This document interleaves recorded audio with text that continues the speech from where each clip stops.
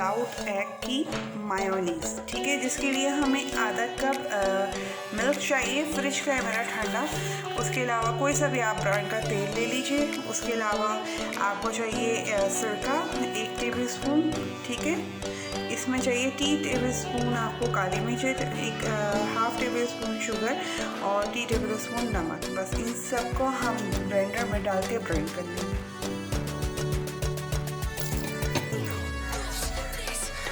करे कितने हमें इतना सा डालना है और ये 1 कप हमारा ऑयल और इसको ग्राइंड कर